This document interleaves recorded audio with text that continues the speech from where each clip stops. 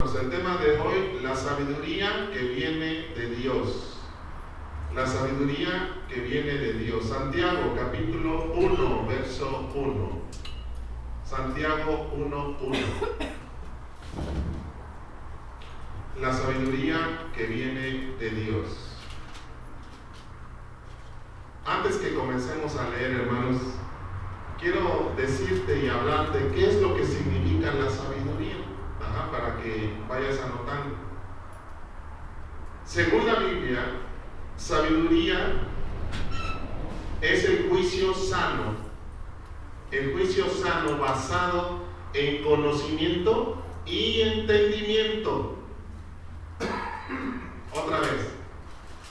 La sabiduría, según la Biblia, es el juicio sano basado en conocimiento, obviamente, de Dios y de su palabra, y entendimiento, de igual manera, de Dios y su palabra. La aptitud de valerse con éxito del conocimiento y el entendimiento para resolver problemas. Es decir, la sabiduría que viene de Dios, la sabiduría según la palabra de Dios, es cuando tú tienes la capacidad de tomar decisiones porque ya tienes un conocimiento de la palabra, porque ya tienes un conocimiento de Dios y un entendimiento, y tú sabes, cuando te viene un problema, tú sabes cómo resolverlo. Los alcohólicos, cuando les viene un problema, se van a tomar. Eso no es sabiduría. Dile que está a tu lado, eso no es sabio. Eso es lo que hacen los alcohólicos.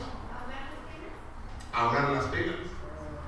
Pero la sabiduría que viene de Dios es aprender a resolver los problemas sin irte a tomar, o sin irte a desviar, o a perderte, o a estar enojado.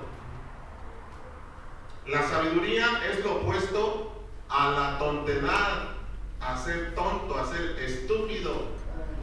Es lo contrario. La sabiduría es lo contrario a estar loco. Y a menudo la palabra de Dios nos habla en este término. Jokmah es en el hebreo Jokmah. ¿Y qué es lo que implica la sabiduría?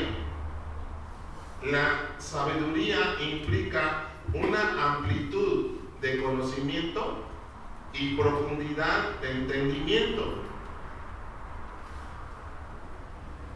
Es decir, el hombre sabio atesora el conocimiento de la palabra de Dios y de la experiencia con Dios. Porque una cosa es conocer la Biblia, otra cosa es vivir la Biblia. Muchos de ustedes conocen la Biblia, muchos de nosotros conocemos la Biblia, pero muy pocos de nosotros vivimos la Biblia. Muy pocos. Y dice Santiago capítulo 1, verso 1: Yo, Santiago, esclavo de Dios y del Señor Jesucristo, escribo esta carta a las 12 tribus, los creyentes judíos que están dispersos por el mundo. Reciban mis saludos. ¿Quién es Santiago? Digo, ¿quién es Santiago? Santiago es un líder en la iglesia de Jerusalén. No es Santiago el apóstol Santiago. Uno de los 12 apóstoles o discípulos de Jesús se llamaba Santiago, pero el que escribe esta carta no es ese Santiago, sino es Santiago, el hermano de Jesús. ¿Sí? El que escribe esta carta es Santiago, el medio hermano de Jesús. O sea, ¿el hijo de quién? ¿De quién es hijo Santiago? De María y José. Con esto que les estoy diciendo, inmediatamente queda totalmente abajo esa creencia de que María siempre virgen. No, María tuvo 4 hijos después de Jesús, que son los medios hermanos de Jesús. ¿Amén? Amén. Bueno, esta carta se escribió aproximadamente en el año 50 después de Cristo, después de que fue muerto Esteban, en Hechos capítulo 7, verso 55. En adelante, ahí nos narra cómo Esteban fue apedreado. Y más o menos en ese tiempo fue escrita esta carta de Santiago. Esta carta, Santiago fue un pastor en la iglesia de Jerusalén y escribió esta carta para todos los judíos que se habían vuelto al cristianismo. ¿Sí? Dice en el verso 2: amados hermanos, cuando tengan que enfrentar problemas, fíjate, cuando tengan que enfrentar problemas, ¿qué necesitamos? Todos digan conmigo, sabiduría. Sabiduría. A ver, ¿cuántos enfrentaron problemas esta semana? ¿Cómo lo resolvieron?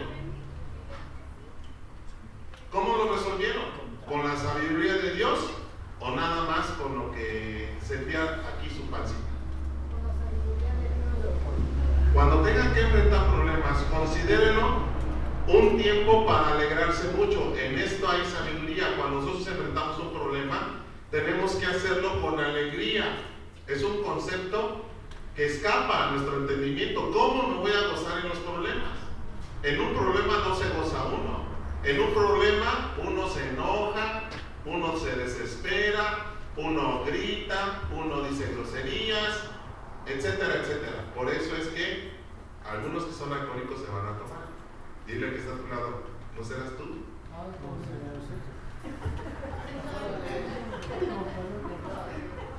Porque ustedes saben, dice el verso 3, que siempre se pone a prueba la fe. Entonces tienes que apuntar esto: la fe, mi fe tiene que ser probada. Mi fe tiene que ser probada. ¿Ustedes saben cómo se prueban los puentes en Estados Unidos? Los puentes donde pasan los trenes. ¿Ustedes saben cómo se prueban esos puentes? A ver si van a resistir o no. Esos puentes tienen que ser probados con peso. Y hacen pasar el tren con la máxima capacidad de carga. Lo hacen pasar por el puente para ver si el puente resiste, porque los construyen pensando en que un tren va a pasar a su máxima capacidad de peso. Y nadie quiere, como en la línea del metro, ¿verdad?, que apenas no tiene mucho que se cayó, ¿verdad?, la línea 12, que si vinieron así los trenes. ¿Por qué? Porque ese puente no fue probado.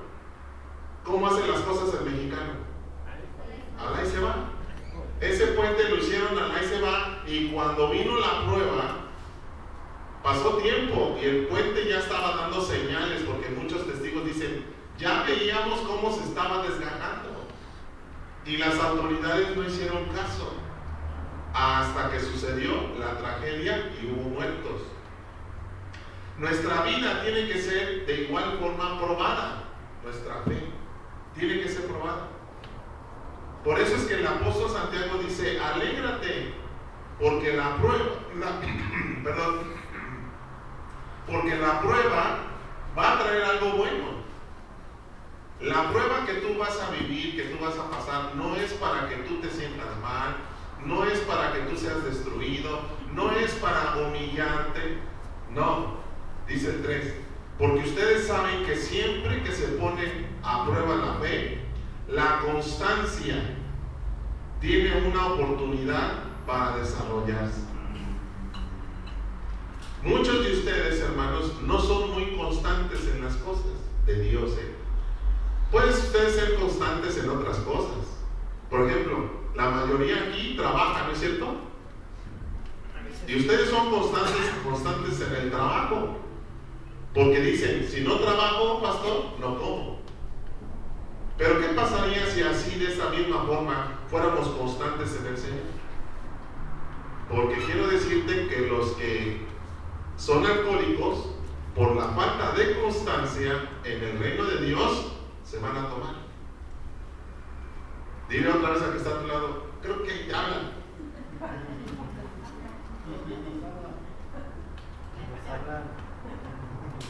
Porque ustedes saben que siempre que se pone a prueba la fe, la constancia tiene una oportunidad para desarrollarse. ¿Cómo vas a desarrollar un carácter cristiano? Ahora, ¿cómo vas a desarrollar un carácter de hombre? Porque ahorita le estoy hablando a los hombres. ¿Cómo vas a desarrollar un carácter de un hombre firme, maduro? ¿Cómo? Que siempre tengas todo, que siempre tengas abundancia, que siempre no te pase nada, que estés entre algodones, porque algunos de ustedes, su mamá los tiene entre algodones. Ay, mijito, no te vayas a pegar. Venga, che, con tu papi. Venga, che, con tu mami. Dame un solito.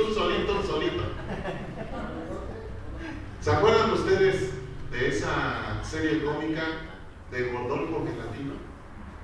Les voy a recomendar que la vean, porque ahí muchos de nosotros nos vamos a reflejar. Y aquel decía, ¡ay, madre! Y estaba la mujer, idiotizada con su hijo. Ya es un grandulón, por eso le llaman Gordolfo, porque está así como lloviznas. Y lo idolatra. Véanla, búsquenla, es de los polivoces, se llama Gordolfo Gelatino, hasta hizo una película. Y les aseguro que nos vamos a reflejar, por eso es que la gente no madura. Porque siempre le tienes todo, siempre le arrimas todo. Y no dejas que se dé un golpecito de vez en cuando. No dejas que toque fondo de vez en cuando. Por eso es que dice aquí que la fe tiene que ser probada, porque la constancia tiene una oportunidad de desarrollarse. Muchos padres de familia deberíamos pedirle perdón a nuestros hijos por no dejarlos desarrollar. ¿En qué aspecto? En su madurez. ¿Tú cómo haces que un hijo madure si no lo enfrentas a los problemas para que él lo resuelva? Tú estás con él ahí y le dices, a ver hijita, ahí está el problema, ¿qué vas a hacer? No, pues hago esto. Y estás ahí con él y le estás enseñando cómo resolver problemas. Pero si siempre dices, no, quítate, yo lo hago, ¿cómo va a aprender? Es que eres un tonto, eres un inútil, no sabes hacer las cosas. Sí, pues enséñale cómo va a aprender. Santiago no dice si pasan por diversas pruebas, sino cuando pasen por diversas pruebas. Santiago da un sentido de que vamos a tener pruebas y de que es posible sacar provecho de ellas. Todos hemos pasado pruebas, situaciones difíciles. Yo estoy aquí después de haber pasado una prueba, una situación difícil con mi familia y con el ministerio. Muchos de ustedes saben mi vida. Yo tengo una situación a cuestas porque hubo una prueba, ¿sí? Y no la brinqué. Pero, ¿saben? Aprendí. Y de las pruebas difíciles y de los problemas, aprende uno. Saca uno provecho de ellas. La idea no es fingir ser feliz cuando uno se enfrenta al dolor, no. Que alguien te pisó el callo y tú estás como si nada, ¿no? Gracias porque me pisaste. Cuando uno te pisa, ¿cómo reaccionas? Ay, fíjate, me pegaste, tonto o tonta. No es fingir ser feliz cuando uno se enfrenta al dolor, sino tener una perspectiva positiva. Señor, ¿qué me quieres enseñar a través de esto que estoy viviendo? ¿Qué tengo que aprender?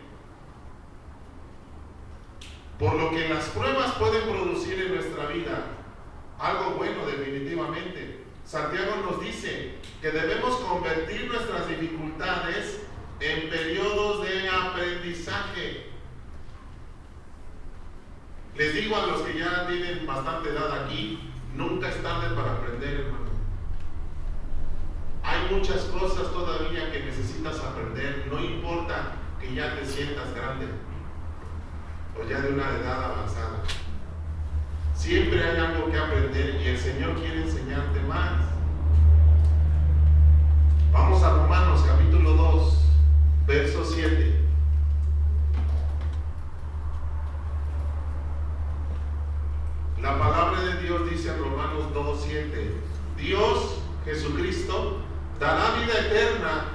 que siguen haciendo el bien.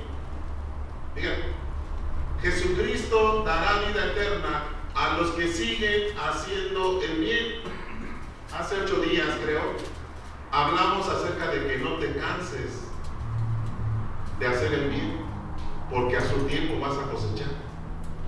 No te canses de seguir a Cristo, no te canses de ser fiel a la iglesia, no te canses de servir a los demás, porque a su tiempo vas a cosechar.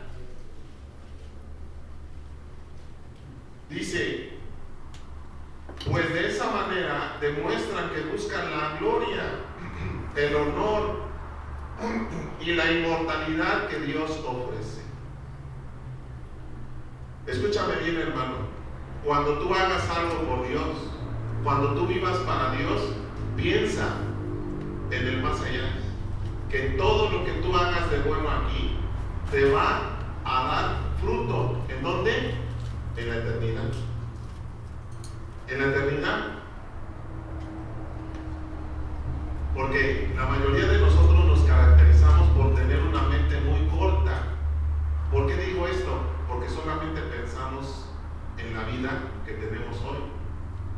Muy rara vez pensamos en la eternidad.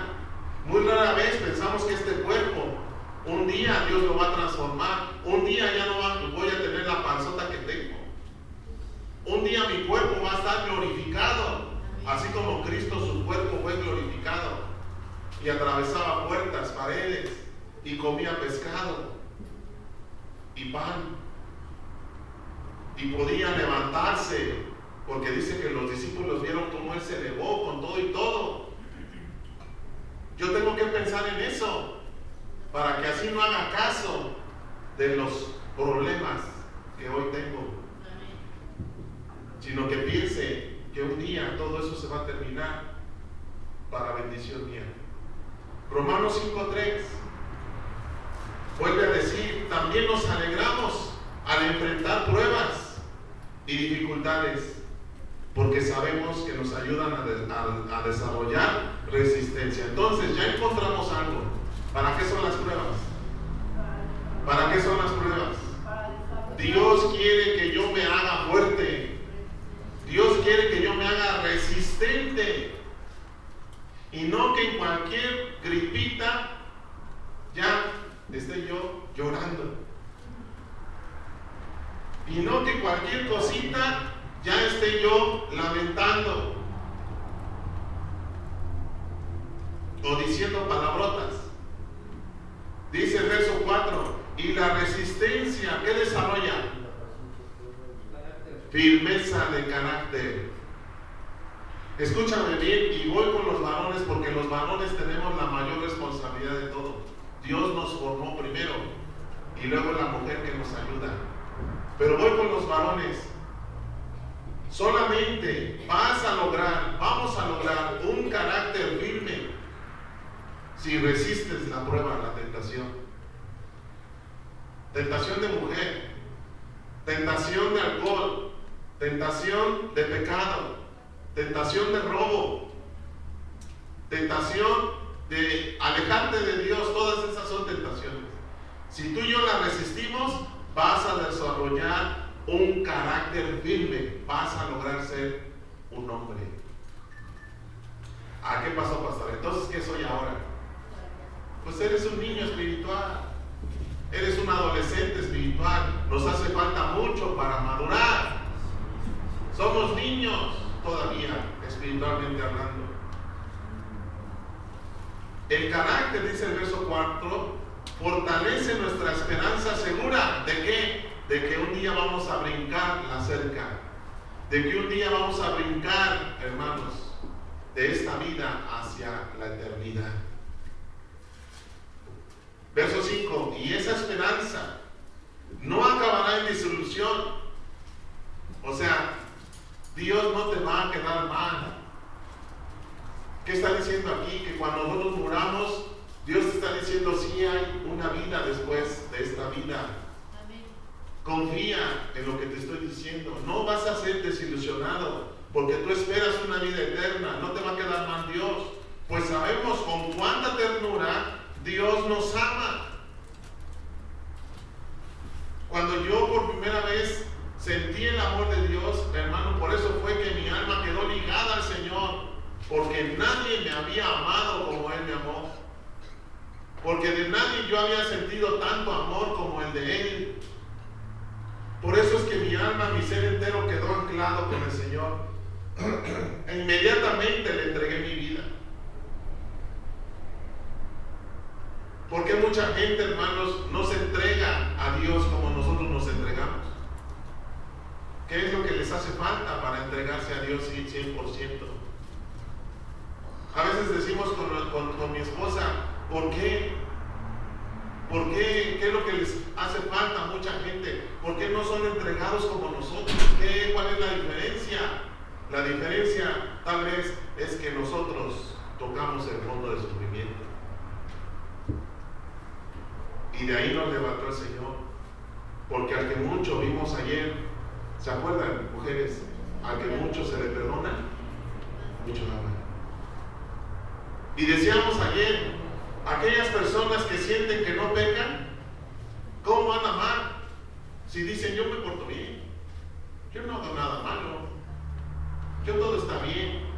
Entonces son personas que no aman al Señor, porque dice que Jesús perdonó a esa mujer que tenía muchos pecados. Y le dijo claramente a Jesús, porque a quien mucho se le perdona, mucho ama.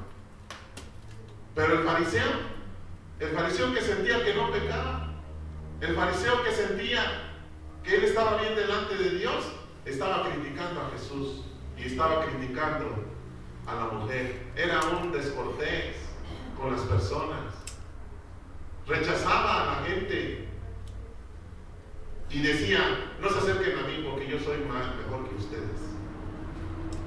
¿Cómo va a amar a esa persona si él siente que no tiene muchos pecados? Pero yo que he sido un pecador sotototote, ahí está la respuesta, porque al que mucho se le perdona, mucho ama. Pues sabemos con cuánta ternura Dios nos ama, porque nos ha dado el Espíritu Santo para llenar nuestro corazón con su amor. Vivimos de tal manera que nadie tropezará a causa de nosotros y nadie encontrará ninguna falta en nuestro ministerio. En mí, eso es mentira, hermano. Yo no he sido un ejemplo para nadie. Y mi ministerio tiene muchas fallas, muchas faltas. He tenido que aprender, hermanos. Con dolor en mi corazón he tenido que aprender de mis propios errores. Pero ¿saben qué? Una cosa, quiero que vean que a pesar de todo eso, aquí estoy. Aquí estoy. De pie, no por mí, sino porque el Señor me hace estar de pie. Santiago 1:4. Así que, dice el apóstol Santiago, dejen que crezca, déjalo crecer, no le estorbes. Porque si tú estás duro y duro con una persona, le estás estorbando. Entrégaselo a Dios. Deja que Dios trate con esa persona para que Dios sea quien lo enfrente, que lo corrija, que lo crezca. Porque tú y yo como padres hemos fallado. Hemos fallado. Entréganos en manos de Dios, dice, dejen que crezca.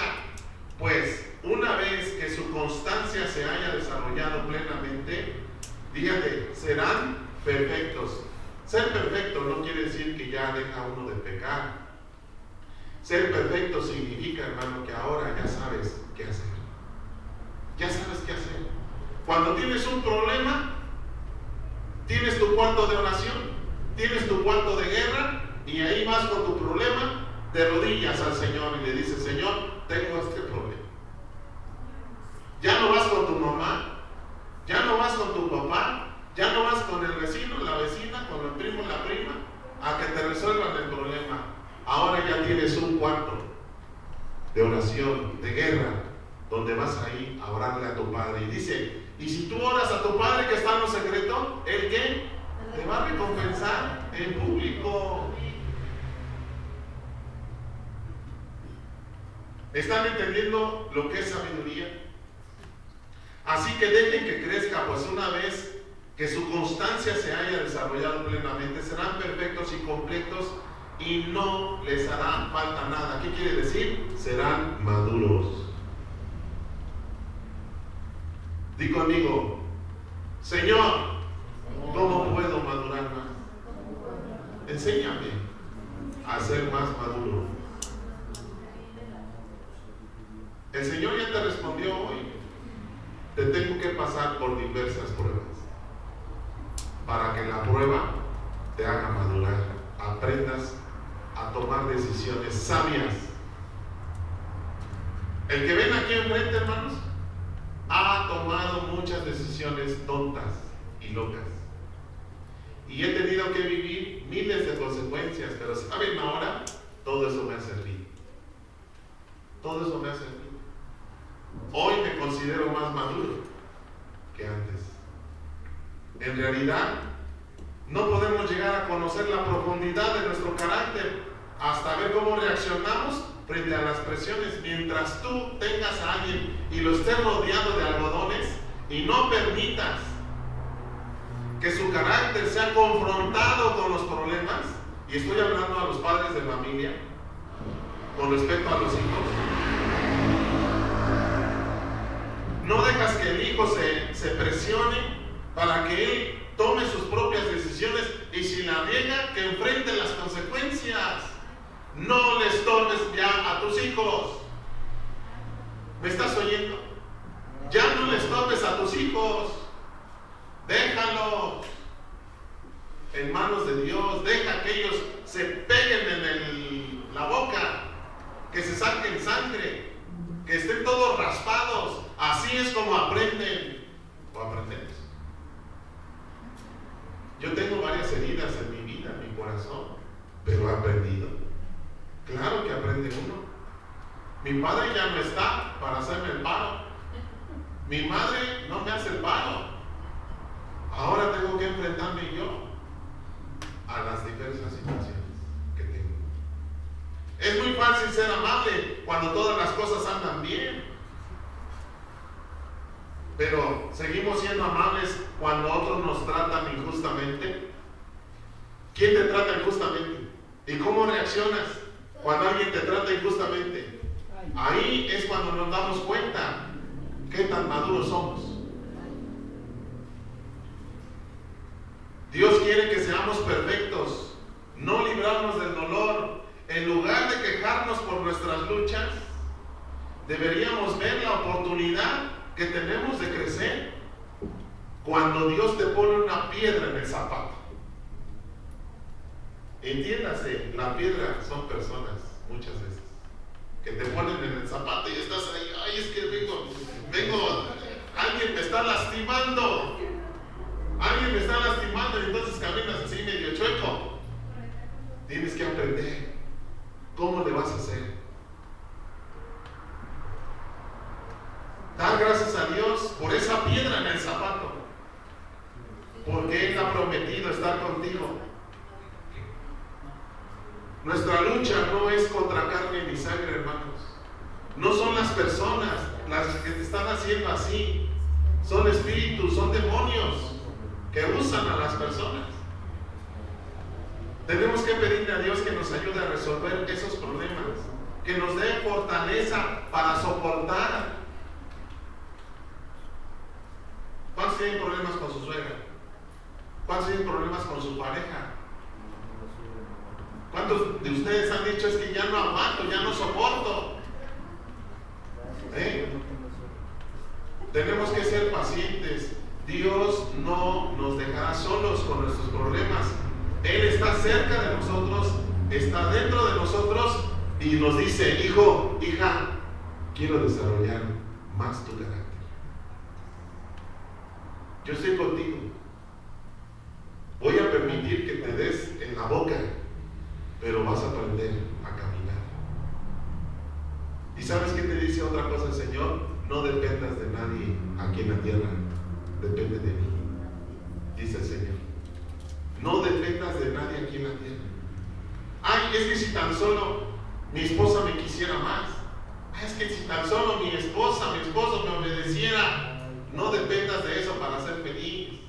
Depende de Dios, hermano. Depende de Dios. Versículo 5, Santiago 1:5. Si necesitamos sabiduría, a ver, ¿cuántos de ustedes hasta aquí dicen, pastor, tiene razón Dios, yo necesito sabiduría? Levanten su mano. ¿Cuántos de ustedes necesitan sabiduría? Yo necesito todavía mucha sabiduría. Entonces, si necesitamos sabiduría, ¿qué dice la palabra? Pidamos a Dios. Tenemos que pedir. ¿A quién? A Dios.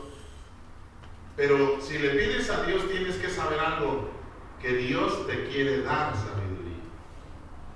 Dios no es egoísta, Dios no nos dice como luego nos dicen a nosotros, ay, arréglatelas como puedas. No, Dios te dice, estoy aquí para ayudarte.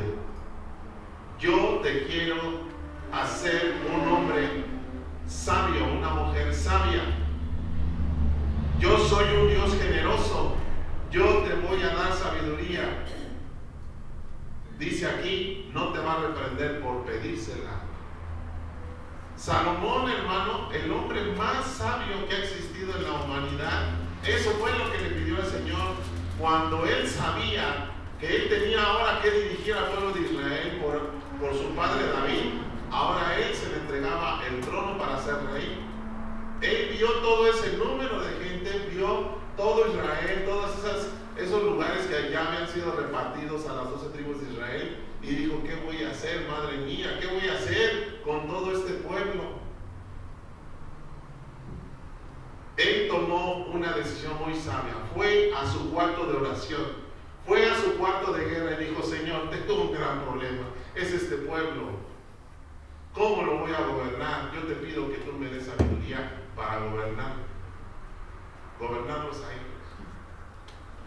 Ustedes saben su historia. Después él tuvo muchas fallas, pero una cosa hay que resaltar, que Dios le dio la más grande sabiduría que un hombre pueda recibir. Y le dijo el Señor, por cuanto no pediste riquezas, no pediste cosas para tu egoísmo, sino me pediste algo para beneficio de muchas más gentes, yo te voy a dar esa sabiduría, pero aparte te voy a hacer muy rico. Yo te quiero decir algo, hermano, no pidas sabiduría pensando que tal vez Dios te dé las riquezas. No, porque eso fue para Salomón. Tal vez para ti, para mí no sea posible eso. ¿Sabes por qué? Porque si Salomón se perdió y tuvo 700 mujeres y 300 concubinas, o al revés, no me acuerdo. ¿Tú crees que eres mejor que Salomón? ¿Tú crees que tú sí podrías resistir la tentación de tener muchas mujeres, hermano? No, yo también te lo digo, yo no podría. Por eso mejor así. Que Dios no me deje con necesidad, que supla nada más mis necesidades, pero no me dé para perderme. Porque hay una riqueza que me está esperando y esa está en el cielo. Amén. Es ahí donde está nuestra mayor riqueza. Dios lo hizo en el tiempo de Salomón, pero ya después jamás lo volvió a hacer. La experiencia. Digo, no, imagínense, si le doy lo mismo a Bollito, ¿qué va a pasar? Ay, Señor. Protégelo, Señor, con tu espíritu. ¿Qué pasaría si le dieran todo eso a Alejandro?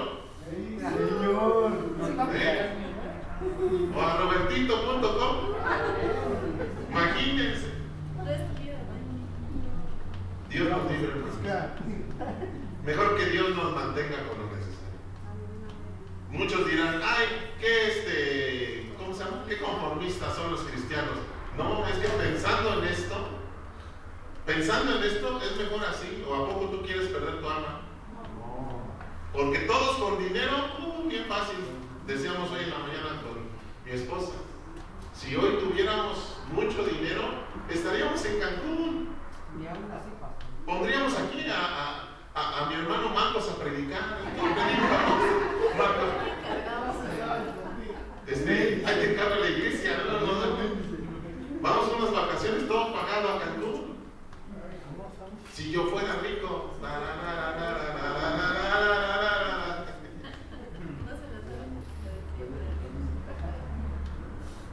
aunque pidiéramos sabiduría para manejar las riquezas, mejor que Dios no nos la dé. De verdad te lo digo.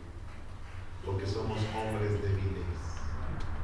Tenemos que ser humildes y reconocer que la naturaleza que tenemos caída nos hace perdernos cuando tenemos abundancia. Hay un dicho mexicano y que tiene algo de cierto. Cuando el pobre llega a tener, loco se quiere volver. cuando el pobre llega a tener. Imagínense, hermano Marcos, que usted sacara la lotería en el verano. 5 millones de pesos. ¿Qué haría, hermano? ¿Qué haría? Puestos de tacos. Lo volveríamos a ver aquí. ¿Nos donaría usted para construir la iglesia y todo lo que se necesita? Están puestos A de ver, tacos. nos dice que sí. Pero ya teniendo el boleto ganado, Baje de tacos de somos gratis. iguales. Todos somos iguales. Cualquiera de nosotros que nos ganamos la lotería, haríamos lo mismo. Por eso es mejor pedir sabiduría. A ver, repita conmigo: Señor, no te pido ni oro, ni plata, ni riquezas. Solamente dame sabiduría para ya no regarla. Santiago no solamente habla del conocimiento, hermanos. El conocimiento es importante. Muchos de ustedes ya tienen mucho conocimiento, ¿se han dado cuenta? Que yo les hablo de algunos versículos, ustedes dicen: ah, sí, sí, ya sé, ya me lo sé. Ah, sí, sí, lo he escuchado. Ustedes saben mucha Biblia. Pero no, la sabiduría no es parte de la sabiduría tener conocimiento, sí, sino de la capacidad de tomar buenas decisiones en los momentos claves, en circunstancias difíciles. Cuando necesitemos sabiduría, podemos ir al cuarto de guerra, al cuarto de oración, decirle a Dios: ya, Señor, ya no la quiero regar, dame esa sabiduría. Y entonces Dios suplirá abundantemente esa necesidad. Nosotros como cristianos no tenemos por qué andar a tientas o en tinieblas con la esperanza de que tal vez encontrar una respuesta. No, hermanos, la sabiduría está dispuesta para nosotros. ¡Qué bendición! ¡Qué bendición es saber eso! Entonces, la sabiduría significa discernimiento entre el bien y el mal. Discernir, saber qué es lo que vamos a hacer de bien. La sabiduría, ¿con qué comienza? Con el respeto a Dios. Y esa es la pregunta que te quiero hacer el día de hoy. ¿Tú respetas a Dios? Yo respeto a Dios, ¿realmente? ¿Realmente respetamos a Dios?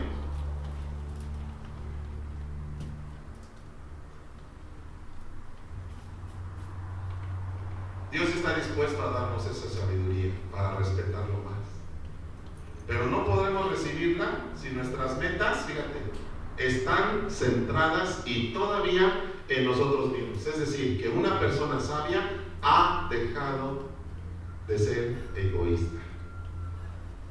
Una persona sabia es una persona que ya no piensa en sí mismo tanto, sino que ya empieza a servir a los demás. ¿Y qué cree? Me da mucho gusto y yo glorifico a Dios porque algunos de ustedes estoy viendo que ya empiezan a hacer sus pininos en cuanto al servicio. Le doy gracias a Dios porque ya no son, empiezan a dejar de ser egoístas y empiezan a decir: ¿en qué le ayudo, pastor? A ver, y esto y el otro, y muchas veces ni les digo nada y ya hacen cosas y yo las veo y le doy gracias a Dios. ¿Sabes por qué? Porque eso quiere decir que están madurando, eso quiere decir que están creciendo, eso quiere decir que están adquiriendo sabiduría, y eso es motivo para darle un aplauso fuerte así, de verdad, gloria a Dios, porque ya no están nuestras metas centradas en nosotros mismos, queremos ayudar. ¿Sabes la recompensa por hacer esto. No es la libreta, hermano. Si tú los vieras, mi esposa ya los vio. ¿Cómo los ves? Son unos muchachos tan necesitados de Dios. Y mira, y eso es lo que Dios nos quiere comer. Yo lo podría hacer, yo podría comprar todas las libretas. Tengo forma de hacerlo, pero les quiero enseñar esto, hermanos.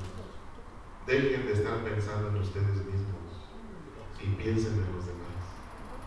¿En qué forma pueden ayudar a los demás? No solamente aquí, afuera hay mucha necesidad.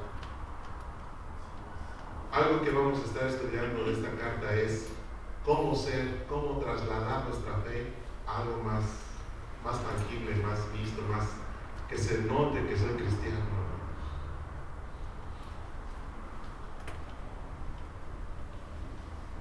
Leamos mucho la palabra de Dios. Pidámosle a Dios que nos revele cómo obedecer. Luego, estemos dispuestos a hacer lo que Él nos diga. Dispongámonos a Dios, hermanos. Verso 6. Pero cuando le pidan sabiduría a Dios, asegúrense de que su fe sea solamente en Dios. No duden, porque una persona que duda tiene la lealtad dividida y es tan inestable como una ola de mar que el viento arrastra y empuja de un lado a otro. Pedir con fe, no dudando nada. ¿Qué significa? Significa no solo creer en la existencia de Dios, sino en su tierno cuidado. Eso incluye depender de Dios, confiar en Dios. Él va a escuchar nuestras necesidades, nuestras peticiones, responderá nuestras oraciones conforme a su voluntad. Si nosotros le pedimos algo conforme a su voluntad, dice Jesús, Él nos oye. Él nos oye. Si pedimos algo conforme a su voluntad, Él nos oye. Yo he pedido a Dios a algunas personas que estén aquí, que ahorita no están, que están como la oveja perdida. Eso es orar conforme a la voluntad de Dios. Dios me lo va a conceder, algún día lo vamos a tener aquí, porque Dios está trabajando en eso. Debemos poner a un lado nuestras actitudes críticas cuando nos dirijamos a Dios. Dios no garantiza que ha de responder todas nuestras oraciones considerándonos. Debemos tener la confianza de que Dios va a armonizar nuestros deseos con un propósito. Todo, hermano, tiene que tener un propósito. Ustedes, dijo Jesús, pueden orar por cualquier cosa, y si tienen fe y si va de acuerdo a la voluntad de Dios, Dios lo va a conceder. Amén. Amén. Muy bien, terminamos entonces, hermanos. Amén. Gloria a Dios. Verso 7. Esas personas no deberían esperar nada del Señor. Las personas que piden, pero dudan todavía de Dios. Estoy en el verso 7. Su lealtad está dividida entre Dios y el mundo. Son inestables. Son inestables en todo lo que hacen. Son inestables en todo lo que hacen. Dice mi versión, porque Ajá. piensan una cosa y mañana otra. Así es. Si usted ha tenido la oportunidad de ver a menudo el vaivén constante de las olas gigantescas del mar, sabe cuán inquietas son, sujetas a las fuerzas del viento, de la gravedad, de la marea. La duda lo deja a uno tan vacilante como las olas movidas de un lado para el otro. Si nosotros queremos evitar que se nos trate así como las olas del mar, debemos creer que Dios sabe que es lo mejor para nosotros. Vamos a pedirle sabiduría. Pónganse de pie, hermanos. Vamos a pedirle sabiduría y confiemos en que Dios nos quiere dar y nos va a dar esa sabiduría. Con esa sabiduría tomaremos las mejores decisiones. Tomaremos las mejores decisiones, las decisiones serán confiables, nos llevarán a buen término. Nuestras decisiones serán seguras. Hace 20 años yo conocía esto, pero no lo practiqué y tuve que vivir consecuencias muy duras. ¿Cuál es mi mensaje para ti hoy? Tú no las vivas. Evítalas. Evítalas porque hay mucho dolor. Hay muchas lágrimas. Por no conocer esto, porque ya lo conocemos, sino por no hacer caso. Por no hacer caso a lo que Dios está diciendo. Por no ponerlo en práctica. Cada decisión que tú vayas a tomar, por favor, piénsalo 5 veces, 6 veces, 7 veces. No tomes decisiones precipitadas, basadas en tu corazón. Ay, voy a comprar 1,000 pesos de melate. Piensa bien. ¿Qué vas a hacer rico a otros?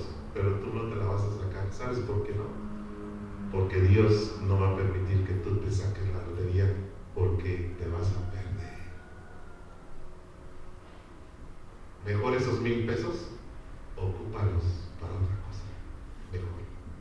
Inviértelos en el reino, inviértelos en tu hijo, inviértelos en un proyectito que tengas. Cuidado con tus decisiones, hermano, hermana. Vamos a pedirle a Dios sabiduría. Padre, en el nombre de Jesús, levantamos nuestras manos.